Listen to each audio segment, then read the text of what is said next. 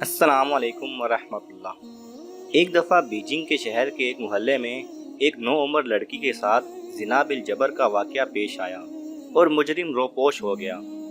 Chairman ماؤ تک خبر پہنچی تو وہ خود متاثرہ لڑکی سے ملنے آئے اور اس سے پوچھا، جب تم سے زیادتی کی گئی تو کیا تم مدد کے لیے چلائی تھیں؟ لڑکی نے اس بات میں سر ہلایا کہ ہاں چلائی تھیں۔ چیئرمین ماؤ نے اس کے سر پر دست شفقت رکھا اور نرمی سے کہا، میری بچی، کیا تم اسی قوت کے ساتھ دوبارہ چلا سکتی ہو؟ لڑکی نے کہا ہاں۔ ماؤ کے حکم پر انقلابی گارڈ کے کچھ اہلکار نصف کلومیٹر کے دائرے میں کھڑے کر دیے گئے۔ اس کے بعد لڑکی سے کہا گیا کہ پوری قوت کے ساتھ چیخو۔ لڑکی نے ایسا ہی کیا۔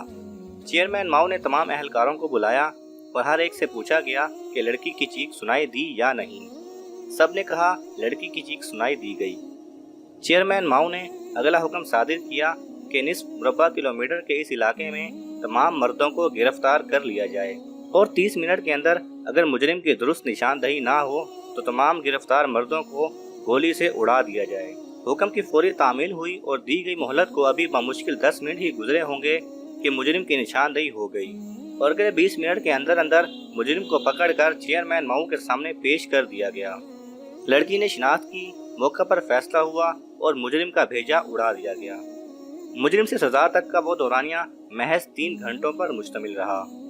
اسے کہتے ہیں فوری انصاف، جس کے بل بوتے پر آج چین کامیاب ملکوں کی فہرست میں سب سے نمایاں ہے۔ کاش اگر یہاں بھی ماؤ جیسا حکمران ہوتا تو قصور کی بے قصور اور معصوم زینب کو یہ روزے سیاہ بھی نہ دیکھنا پڑتا، جس کے بعد اس کی آنکھیں ہی نہ کھل سکیں۔ اللہ سبحانہ و تعالی ہر مسلم خاتون کو اپنی حفظ و امان میں رکھے، آمین۔